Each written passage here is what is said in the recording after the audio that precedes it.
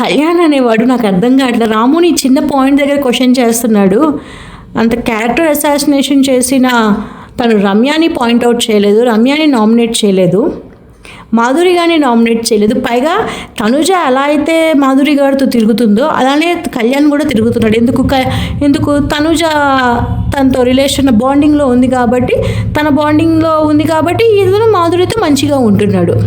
నీకంత ధైర్యం ఉంటే ఆ టైంలో నువ్వు ఆ సంజన గారిని నామినేషన్ చేసే బదులు లాస్ట్ నామినేషన్స్లో 7th వీక్ నామినేషన్స్లో నువ్వు మాధురి గారినన్నా రమ్య గారినన్నా చేసి ఉండాల్సిందే. ఇంకే సంజన గారిని కాకుండా నువ్వు తనుజని చేయకూడదు అనుకున్నావు కాబట్టి. ఇవాళ వచ్చేసి సోది పాయింట్స్ పట్టుకొని రాముని నామినేషన్ చేయడం కాదు, ఇది totally wrong nomination as of my point of view. Priya వెళ్ళిపోయింది. నెక్స్ట్ వచ్చిన కంటెస్టెంట్ మర్యాద మనీష్. నిజంగానే ఫైట్ తెప్పించాడబ్బా. మర్యాద మనీష్ నామినేట్ చేసిన పర్సన్ కళ్యాణ్ వ్యాలిడ్ పాయింట్స్ అడిగాడు. నిజంగా తన ఎక్స్ప్లెనేషన్ ఇచ్చిన